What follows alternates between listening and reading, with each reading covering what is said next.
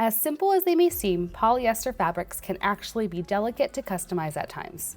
This is most evident when applying a heat transfer onto sublimated or patterned polyester, which more often than not results in dye migration on the transfer itself.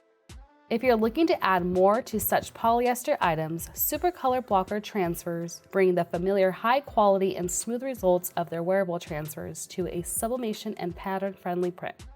We'll be showing you how Supacolor Blocker transfers are prepared and applied onto a patterned polyester shirt. As with Supacolor wearable transfers, transfer prep is as simple as choosing your size, indicating apparel specs, then sending your vector graphic art to HPN, either in the AI, EPS, or PDF format. You can also send high-quality image files in the PNG or JPEG format that's at least 300 dpi. We particularly recommend transparent PNG files if your image requires no background. With your art sent to HPN, it's then sent to Supacolor to be printed accordingly, which is returned to you once completed. With your blocker transfer ready, all it takes is applying it to your sublimated or patterned item. Turn on your heat press and set it to 8 to 10 seconds at 290 degrees Fahrenheit with medium firm pressure. Once your machine reaches temperature, add your item to the lower platen.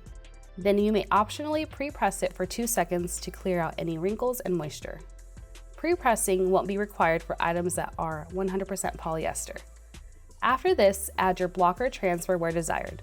Cover your items with a protective sheet and press.